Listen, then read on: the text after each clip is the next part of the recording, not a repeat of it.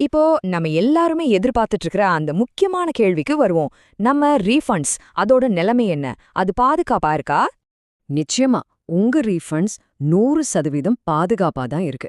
பழைய சட்டத்தின்படி உங்களுக்கு ஒரு ரீஃபண்ட் வரணும்னா புது சட்டம் வந்த பிறகும் அந்த உரிமை உங்களுக்கு கண்டிப்பா இருக்கு.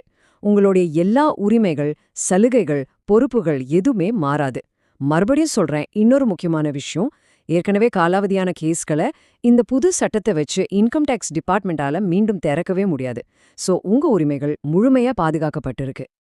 அப்போ இப்போதைக்கு நடைமுறையில என்ன நடக்கும்னு கேட்டீங்கன்னா, நம்ம நாட்டுல 2 வருமான வரி சட்டங்கள் ஒரே நேரத்துல இயங்கும்னு சொல்லலாம். 2025-26 நிதியாண்டு வரையிலான உங்க வருமானத்துக்கு எல்லா நடவடிக்கைகளும், அதாவது அசெஸ்மெண்ட், அப்பீல்ஸ் எல்லாமே பழைய 1961 சட்டப்படி நடக்கும். அதே சமயம் 2026-27 நிதியாண்டு மற்றும் அதுக்கப்புறம் வர வருமானத்துக்கு எல்லா நடவடிக்கைகளும் புதிய 2025 சட்டப்படி நடக்கும். இப்படி 2 சட்டம் ஒரே நேரத்துல இருக்கும்போது நம்ம கேஸ கையாள்றது சில சமயம் கொஞ்சம் குழப்பமா இருக்கிறதுக்கு வாய்ப்பு இருக்கு. உங்களுடைய குறிப்பிட்ட வழக்குக்கு ஒரு நிபுணரோட ஆலோசனை தேவைப்படலாம். அப்படி உங்களுக்கு தெளிவான வழிகாட்டுதல் தேவைப்பட்டா நீங்க நதி டாக்ஸ் சொல்யூஷன்ஸை தாராளமா தொடர்பு கொள்ளலாம். அவங்க உங்களுக்கு சரியான ஆலோசனைகளை வழங்குவாங்க.